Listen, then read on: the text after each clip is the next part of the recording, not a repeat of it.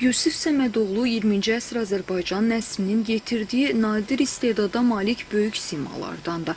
Dərin ictimai mənəvi məzmunlu əsərləri, o cümlədən hekayələri, romanları və film ssenariləri ilə əbədi prosesdə iz qoymuş yazıçının ötən əsrin 60-70-ci illərində milli nəsrin keyfiyyətcə yeni mərhələyə keçməsində xüsusi xidmətləri var. Bu fikirlər Yusif Səmədoğlunun 90 illik yubileyinə həsr olunan tədbirdə səsləndirildi. Qazaxda təşkil olunan tədbir iştirakçıları yazıçının yaradıcılıq uğurları ilə yanaşı xatirələrini də bölüşdülər.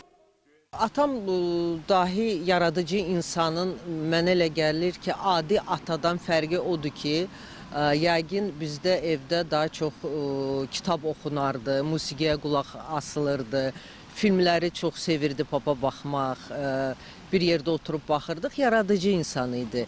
Amma ata kimi münasibətə gəldikdə ailədə çox demokratik insan idi, bizi çox sevir. Bizimlə həm ata dost, ata qardaş münasibətimiz çox yaxşı idi. Ümumiyyətlə Səməd Vurğun ailəsi, Səməd Vurğunun özü və onun o iki oğlu bütün Azərbaycanın fəxridir. Yəni onlarla fəxrin olasıdır.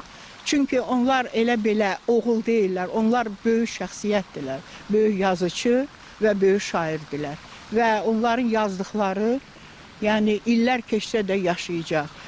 Tədbirdə yazıçının sözə olan sevgisindən danışıldı. Bildirildi ki, Yusif Səmədoğlunun irsini əbədiləşdirən onun həyatı boyu sözə sədaqəti olub.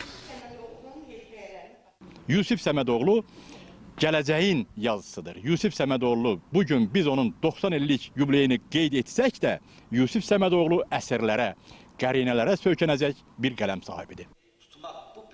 Yubiley tədbirində söz adamları, tələbələr yazıçıya həsr edilmiş şeirlər səsləndirdi. Aşıqların ifasında musiqi nömrəli təqdim olundu.